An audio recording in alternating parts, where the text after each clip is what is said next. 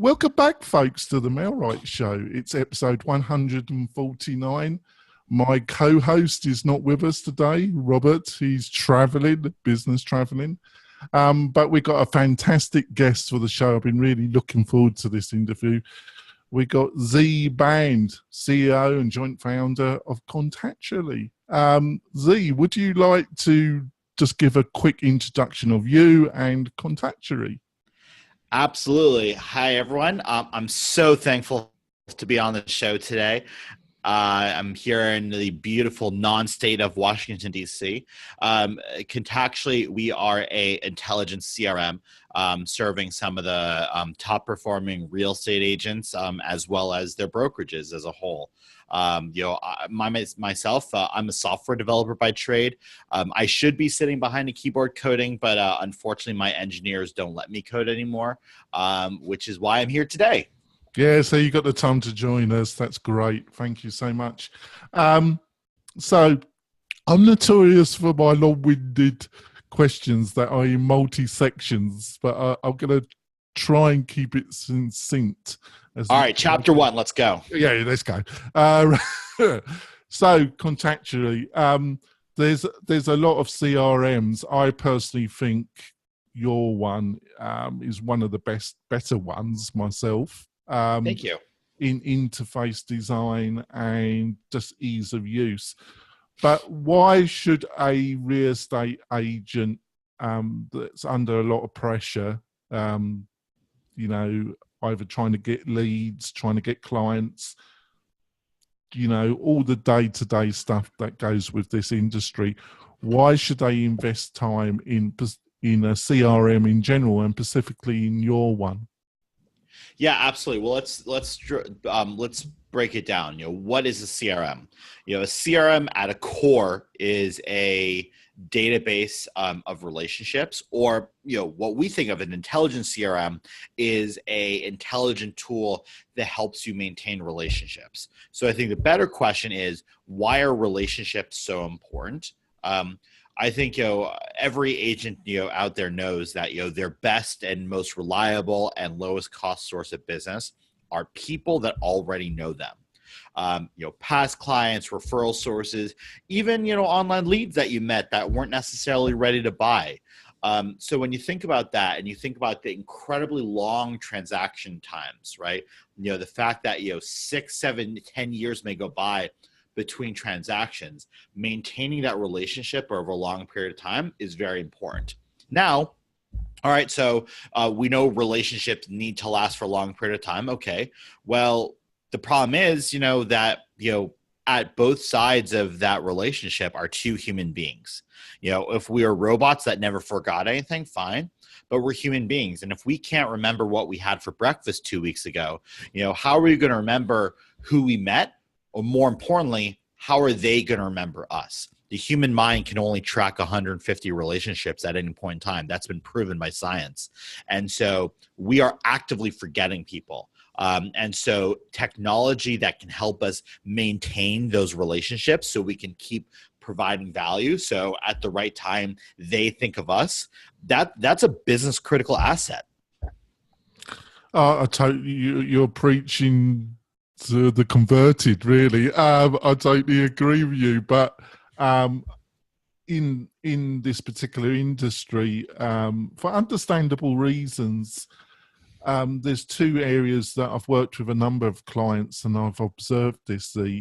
Is one, they tend, I'm not talking about agent that's involved for the first year, first 18 months, and they're still in the business. They got over the first hurdle, which is survival. And then they're going into how, I've got enough income so I can stay in this business and I want to stay in this business. I now want to grow my business. I need to grow this to the next level. I haven't got enough time in the day anyway. I find that their database, their contacts are spread all over the place, and getting them into a central depository like your system is great news. But secondly, it's for understandable reasons, it's a commission lead generated business. So there's a lot of pressure to get the next lead that will convert.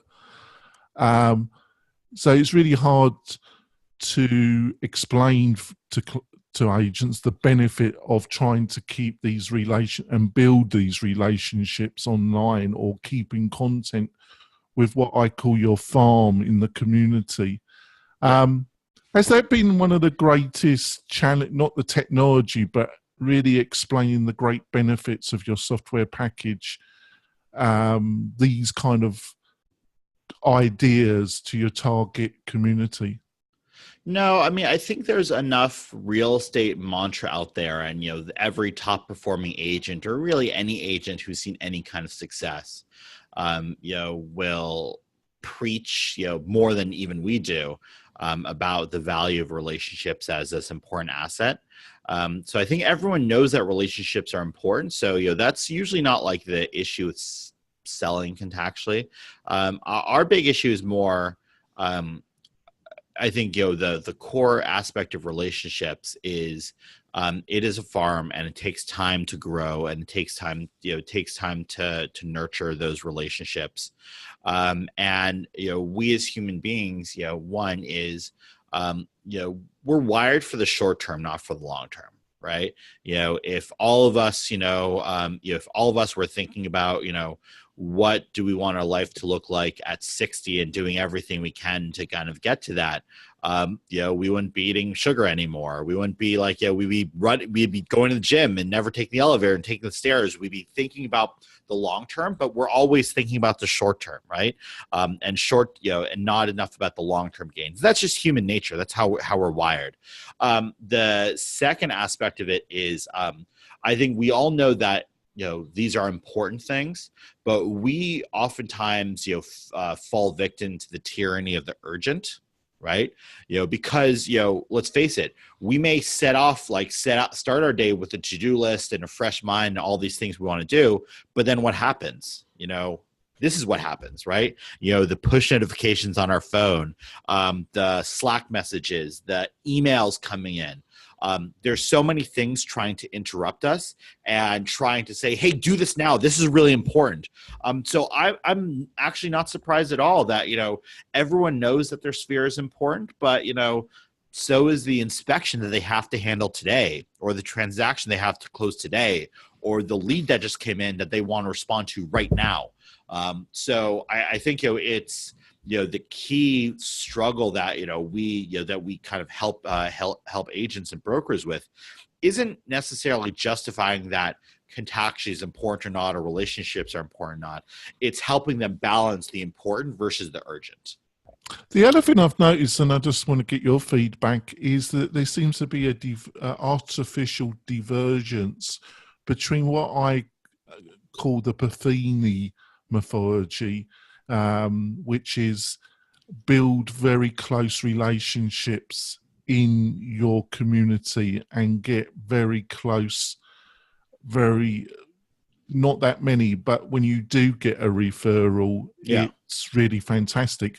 And then you get people that pay for leads using Zillow and other online portals, and I've noticed a lot of those people do very little relationship building in any shape or form.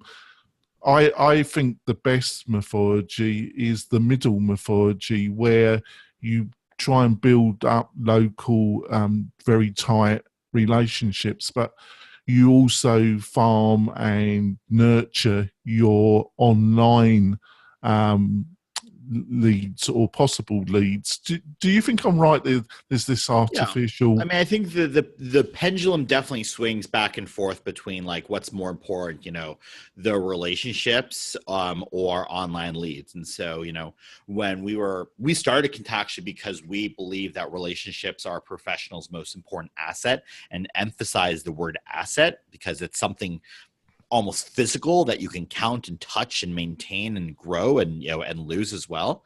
But then attending a lot of real estate conferences and hearing about what a lot of people were talking online, there was so much focus around optimizing your website and, drip campaigns and, online leads, and almost like a disregard for the people behind them, because it's all about just like, how do I just get more leads in and convert them?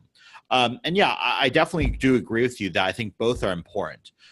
We always say that, if you only had $1 to spend, that dollar should be spent preaching to your own choir first, that first dollar, but then that second dollar, yeah, that should be getting someone new, right?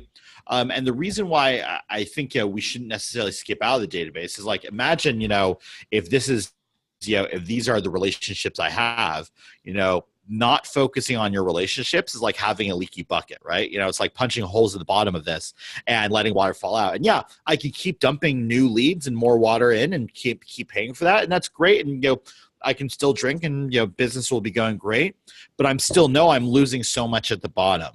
And so I think relationship marketing is all about plugging that hole and making sure that, yeah, you can keep spending money on Zillow and Realtor.com and Homes.com leads and your website and bus ads and things like that, because then all of a sudden becomes more valuable, right? Because then those relationships stay there. 47% of online leads never get a single touch, right? So stop spending money on online leads if you're not even going to bother talking to them. It's amazing, that figure, isn't it? It's an amazing figure. So somebody sets up their Contactually account, and you offer a 30-day fully functioning account, don't you? Which they can try out this service and product. Got any kind of tips about how to get started on this? Because I think obviously you've got to be motivated, but I think everybody, when they open a new program, a new system, I'm going to get going, get started with this. Where does they got any insights about that? Yeah, I mean, I think there are lots of, don't get me wrong, there's a lot of, we do believe that Contactually is, we've built a very user-friendly tool. That being said, there's lots of advanced functionality, and there's lots of things that I would say in your first couple weeks you don't need. So we say, like, getting up and running, it's a 3-step process. The first is getting all of your accounts connected. So the real initial magic of Contactually is we pull in all of your email conversations, phone calls, text messages, calendar appointments. We pull all that into one place. So we always say, hey, connect your email accounts, get your calendar in, pull in your phone contacts, any Excel spreadsheets you've been using, get in one place. So that alone, all of a sudden, if nothing else, you've got a really good database of people that you can look at. The second step is pretty easy. Identify, and we give you like buckets, which are kind of like categories or folders of people. Take a look and make sure that you're creating buckets that are around what you believe is most important for your business. So again, we'll give you a set, but you may want to tweak it based on how you want to grow your business. And step 3 is, this sounds silly, but we have an arcade game built in Contactually called the bucket game, which will basically let you put the contacts into the buckets. And what you're doing is you're prioritizing the relationships that are going to be really important for you. So it's really that 3-step process. That's all you have to do, because you do that. You could do that within, 10, 15 minutes. And then all of a sudden, within a couple days, Contactually is going to start reminding you about people that you completely forgot about. You didn't even realize you forgot about. So that's the real value of Contactually. That's great. We're going to go for our break, folks. We're coming back. I'm really enjoying this chat with Zvi, and we will be back in a few moments, folks. We're coming back. My co-partner in this podcast has disappeared for this week. His loss. He's lost. He said he's definitely coming back next week, which surprised me. No, I'm only kidding, folks. So another factor I like your insights into is, obviously, as a valued proposition, any software, obviously you rely on the feedback of your existing user base. But there's always, to add more value, to add more features, to add this bit, to add that bit. you know, you get these requests, you look at them, you see how many requests come in, but there's always the possibility of defocus and ending up with a Swiss Army knife of a bit of software that really doesn't do anything that great. It does a lot of things reasonably okay, but it doesn't do anything specifically that great. Have you, I would imagine this has been an ongoing conversation in your company. Got any insights how you deal with it and what your philosophy around, do you agree with some of what I've just said? Yeah, absolutely. I believe focus is one of the most powerful tools that we have as professionals, that I think we don't take enough advantage of, because there's so much information and content and good ideas and what the person next to us is doing, what the person behind us is doing, in front of us doing. Let's go do all of that. Those are all great ideas. So really focusing on what you want to work on, I believe that's a very powerful tool. Yeah, in terms of kind of, to answer your question, we definitely made the decision early on that we wanted to be a best-in-class system, and we want to do only CRM. That's it. That's all we want to focus on for this foreseeable future. That's all we have focused on. So we don't do websites. We don't do transaction management. We don't do lead gen.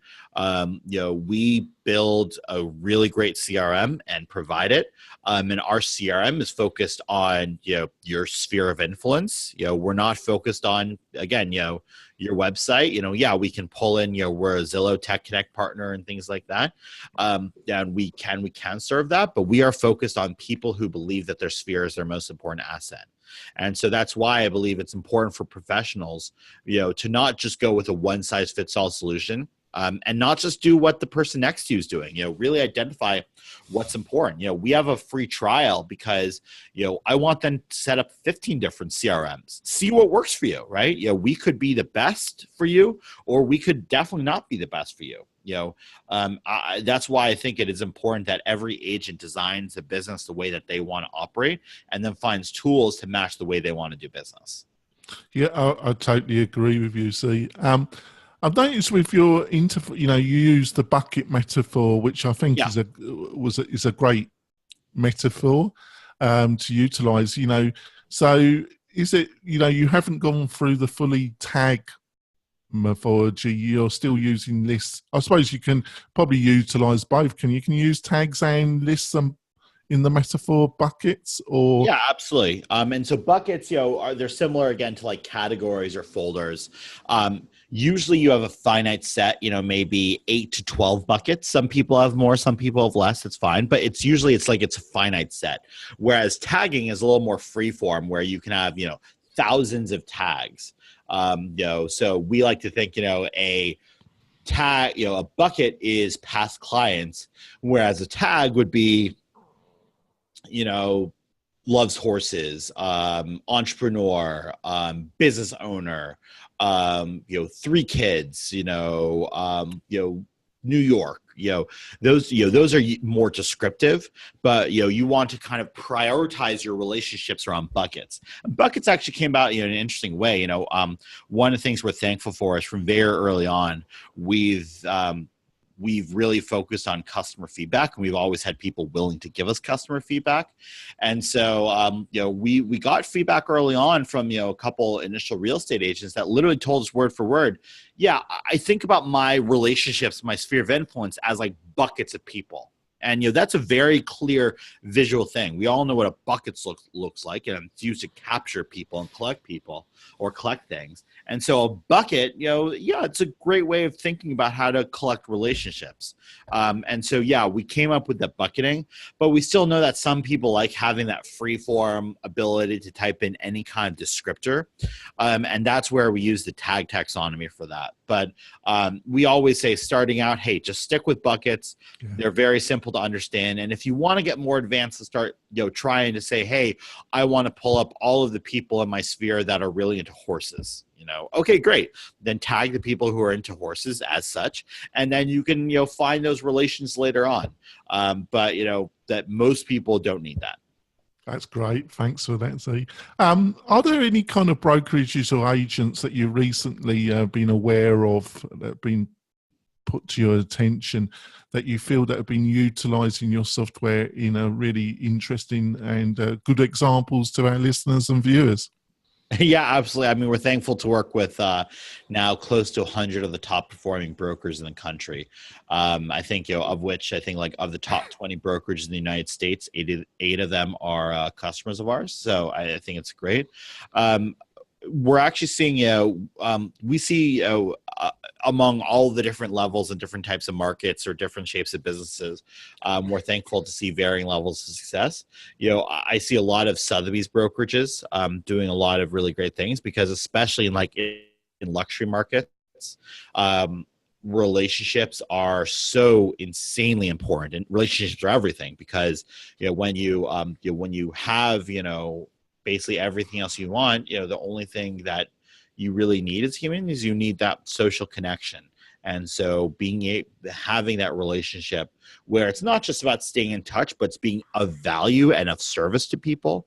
That's something that, the Sotheby's affiliates that we're thankful to partner with are knocking out of the park. At the same time, we also see a lot of independent brokerages doing some really, really bang up jobs in terms of not just kind of saying, hey, we're just going to, again, just buy in like an off-the-shelf system, but we're going to take the pieces. We're going to take the best-in-class tool over here and the best-in-class tool over here, and we're going to connect them together through APIs and things like that. And that allows them to really tailor a very specific instance versus being able to say, yeah, I think our website has a CRM. They're able to say, no, we as a brokerage are providing you, the agent and team, with the best-in-class solutions. Are there any particular agents that come to your notice that you thought that was doing something not totally linked to your own product, but combining it with outreach that you thought was original or insightful?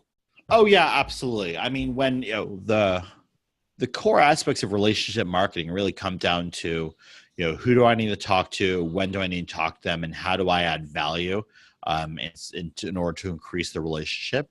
And it's that last point that's like so fun and exciting because that's usually where we don't get involved. We tell you and we prompt you and we can help you reach out, but it's up to you to really make sure that every interaction is meaningful, relevant, and personal. So I can think of tons. I know, for example, Peter Lorimer in LA. He's been on the show actually. Yeah, he's great. One of the things I know, like, is he's I wouldn't say he's a recluse, but like definitely very very quiet, down to earth.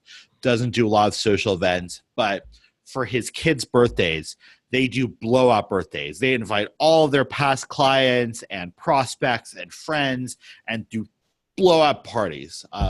In Chicago, Shay Hata, she has a thing where, instead of the usual, holiday card, come Valentine's Day, she emails all of her clients before Valentine's Day and say, hey, by the way, I made reservations at all the top area restaurants because I know many of you may have forgotten to get a Valentine's Day reservation. Which restaurant would you like to eat at, right? And then, they'll rent out movie theaters and things like that. And then there are the people who frankly just, believe in, the same old, right? Sean Carpenter, every day, he starts off with like a 4-step process of, identifying what he's thankful for. I think, I forget his exact process, so I'm going to butcher it, but, he talks about the 4 H's, but he has a process that every day he keeps it very simple in terms of exactly what he does. And so I'm so inspired by those, but I would say, again, for people listening in, it's not about just identifying what other people are doing and copying that. It's using that as inspiration, but finding, who is your tribe? Who do you want to be attracted with? Who do you want to be working with? And then finding, the points of value or the ways to engage that they would find most meaningful. I think that last bit really resonated with me, Z, because I think we were discussing it last week. Just copying other agents' methodology and ways of outreach probably won't work. You've got to find you get influenced by people that you think really know what they're doing and you like what they're doing. But then you've got to combine it so it becomes an individual kind of style and voice, haven't you? Yep, absolutely. And I think that's really important because I think there's everyone, and it's not just about like trying to be original. It's not trying to be unique because that's where like human beings, like you think you're being unique, but so does everyone else, and you end up doing the same thing as everyone else. It's really identifying what is your strengths and what do you want to do, right? And it might be the same as like 50 other people, and that's completely okay. But the difference will always be, you know, it's you at the center. So yeah, I mean, I always say, you know, to be you, not necessarily be original. Yeah, because it can become rather cliche otherwise, can't it? In a very cliche world. I think the other factor I'd like to, before we wrap up the podcast part of the show, is I think the other opportunity that, you know, I don't want to over-emphasize this because, you know, our listeners are professionals, you're a professional. You know, it's about building a career and a life for your family. You know, it is serious. But we are all in a way into storytelling, aren't we? You know, you've got a story that you wish to promote about your great business. And but the great thing is what a lot of agents is that they've got you know, most agents have got a great tool in their pocket, their iPhone or their Android that can take video, record podcasts, take photos for Instagram. They're not lacking the technology now to really push that story to their audience, are they? Yep, absolutely. No, I think that's definitely an opportunity to improve. Right. We're going to wrap up the podcast part of it. Z's been very generous with his time because I know he's an extremely busy man and he's going to be with us for another 10 minutes, which you'll be able to see on the Mel Wright website with a full transcription of our interview and links. Plus, you'll be able to watch it on our YouTube, the whole interview. So, Z, if people want to find out about you and what your company's doing, what's the best ways of getting that info? Yeah, absolutely. If you just do a Google search for Contactually, that's contact and actually, if they had a baby, Contactually. You know, you can find us. We're at Contactually.com, at Contactually.com on Twitter, Facebook.com/Contactually. We're pretty easy to find. And obviously, if you want to see my ongoings, if you just search for me, Zvi Band, there's really only one of me, you know, for better or for worse. That is a unique thing. So feel free to connect with me on any social network or anything like that. Oh, and they're really nice people, folks. They're really easy to work with. I would highly recommend the company. If you want to get hold of me and Robert, it's really easy. Go to the Mel Wright website. The contact form, the Facebook page, you find me quite easily, a bit like Z. There's not too many Jonathan Denwoods on the internet. I'm pretty easy and pretty approachable. And we'll see you next week. We're going to be discussing some technology or some insight that will help you in your real estate career. We'll see you soon, folks. Bye. Right. So support. Customer support. Got any insights about your journey and what you've learned around that, Z? Yeah, it's hard. I think it's something we're thankful we've continued to invest in from day one. You know, we definitely have, chat support, phone support, different, all sorts of different kind of, support method frameworks out there that we find. I think, what we find is like chat support still works incredibly well, but honestly, so much of it, and this is something we continue to invest heavily into, is the best way to, ensure that, you're reducing the support requests is to overinvest as early as possible in getting people up and running your resources. Because no matter how simple the product is, no matter how simple we make it, if you teach someone how to fish early on, they're not necessarily going to be kind of coming to you asking as much about that. And then I think, we've also wavered between, we wavered back and forth, but where we've really settled is we try not to teach you how to use the product, believe or not. We do, right? Like, we want to teach you how to use the product to achieve the goals you want to achieve. Because some people say, hey, I need to learn Contactually. And we used to be like, all right, well, here's all the different things you could do. And they're like, well, what do I do, right? Instead, we really focus, and you'll see our product experience and everything is really all about right now is identifying what you're trying to do in your business and then mapping that to Contactually.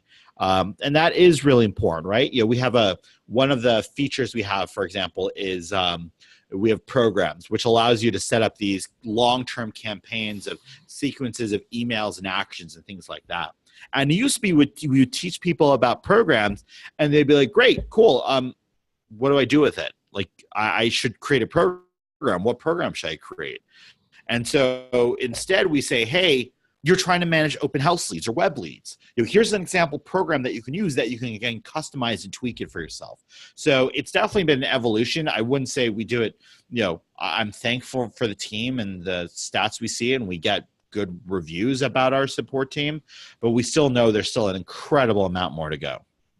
Yeah, I think I would agree with that. Also, Active Campaign, I use that regularly, and they've been on another podcast I do. They're another great company and a great team. Yep. They've got where you can sign up for a half-hour face-to-face training. They've been offering that consistently for the past few years, and I've used it quite regularly. Now, you've been running the business, am I correct now for saying 6 years? We're just about 7. The idea was written down 7 years ago in May. Right. So we've been working on it, getting close to 7. And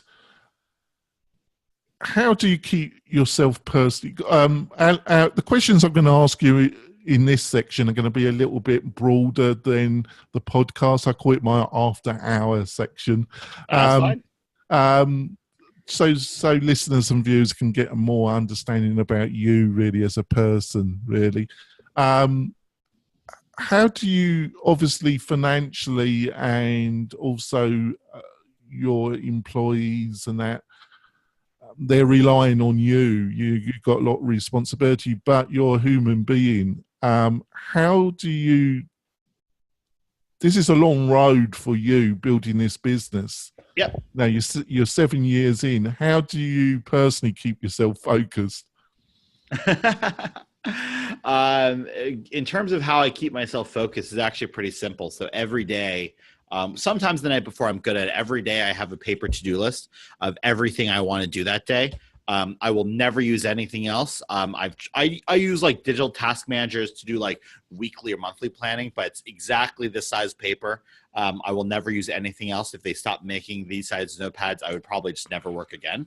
And I've been doing that for probably 11, 12 years. So every day I write down exactly what I need to be doing that day. And it's usually, I do that in the very beginning before, like, I've checked my email before, the fires start popping up, to allow me to kind of identify, hey, what is going to be most impactful for the business, and make sure I do that. Doesn't always work. But beyond that, in terms of keeping myself focused, I don't have a rhyme and reason. We've tried various different methodologies out there. Honestly, what I find still works the best is just kind of, periodically reviewing, hey, what can I be doing that will benefit the company the most? And trying to do, the top, 2 or 3 things of that. And that's been important for me.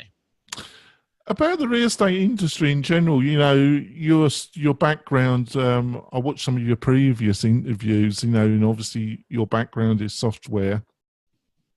You focused at the real estate industry. What's been some things that have surprised you about trying to build in relationships in that particular target industry? Has anything in your mind that surprised you about trying to develop those relationships? Because you are in a way a relationship company, aren't you?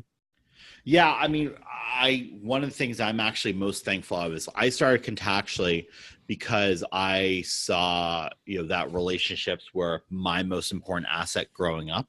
And if it weren't for relationships, I'm not sure where I'd be, to be completely honest.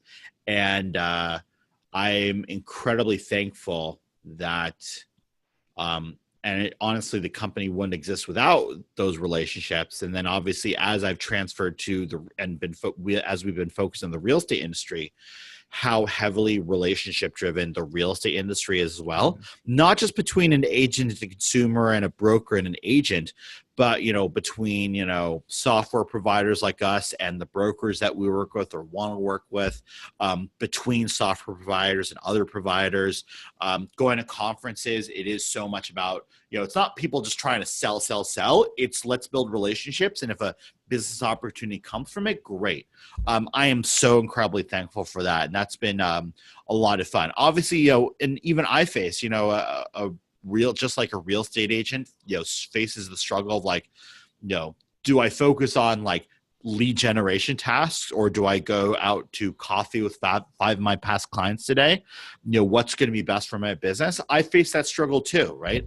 But I've seen enough, kind of looking backwards, about the value of relationships, that it's something we're still continuing to invest heavily more and more into. I've got like two more questions and then we'll wrap it up, because I don't want to waste your time. This is fun. Right. It's a little bit off topic, but there we go. Like I say, it's after hours. Obviously you're VC funded. I think you stated that in one of the previous interviews that I watched. Has that, I've spoken to other founders and other CEOs of quite large companies, and I've been blessed for them coming on my other podcast and this podcast. It's not always the most easiest relationship, like any kind of business relationship, isn't it? Have you got any advice about taking VC money in general, and how do you keep, I'm struggling to find the right words. Obviously you've got the responsibility of your investors' money, and you come across as a very serious and honest individual, but also you got this wish, you got this dream where the company wants to go, and it's your baby, you started of it. Where's the balance, and has that been difficult to find that right balance? Not really. I mean, obviously it's been an evolution, and maybe, early on there was, I would say that, I mean, there's this, I'd probably say false perception that, there should be pressure because, you raise venture capital. There's personal pressure on, the founder to deliver. But just keep in mind, a VC investment is a bet, right? And they know it, right? Every experienced investor, I think that's one of the reasons why I'm thankful that, we still, mainly focus on, most startup investment is still with accredited investors, not like, people investing their life savings in something they met online. But it is a bet. And so it is just that, therefore, keeping in mind that, relationships with your venture capitalists, they're coming in and they're making an educated guess. And, I'm thankful that, my investors from very early on have said, hey, listen, it would suck to lose the money, but we don't hold you personally accountable for it, right? There's no personal guarantees on this. If we lose it, fine. We all like made a risky bet that didn't work out, but we made it, in the slim chance that it turns out really well. So I don't get concerned about that. And I do tell people and counsel people a lot that, like, venture capital is a way to accelerate a business. It's not there to allow a business to exist. So, because some people think that, I have a business idea, the very first thing I do is, to go get funding for it. No, the very first thing you do is build a damn business. And if venture capital and investment can help with that, great. But for many companies, the previous company I ran before this had no business raising venture capital, and we didn't. In this one, obviously, we've done really well with it. Next business, we may say, hey, no, like we're going to bootstrap it because we don't necessarily need outside capital. Yeah, that's great. I get a feeling, especially in the technology sector, that's in the next few years, technology will be able to remove the need for a real estate agent.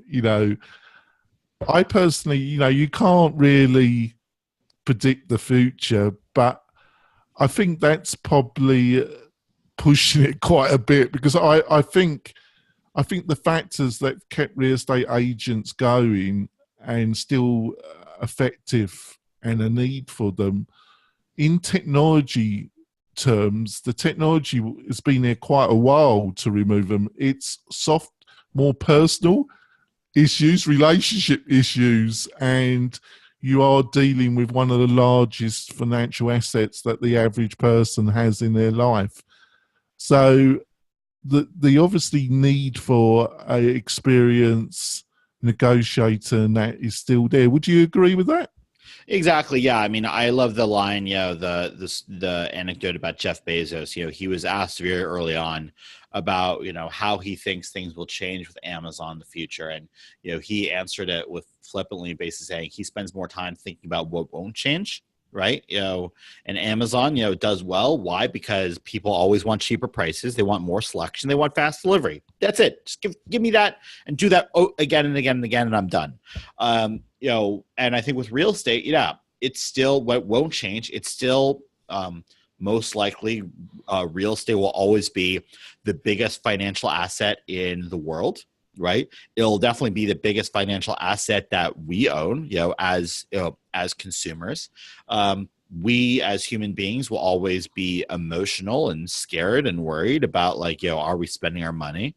And it'll most likely always be a very complex transaction, just because of the value of it.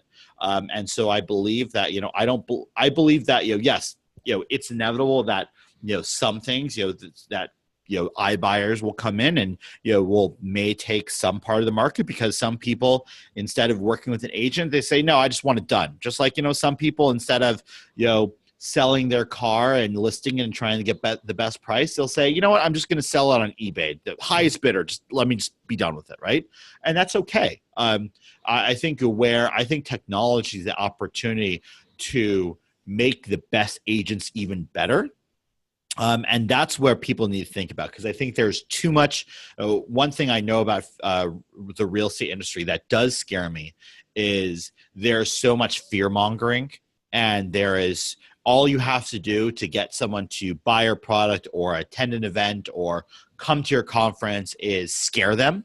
And then they'll keep coming back. And we try not to do that. Right. So I think, we don't say technology is going to replace the real estate agent, therefore you have to buy Contactually. We say, no, technology will make the best agents even better.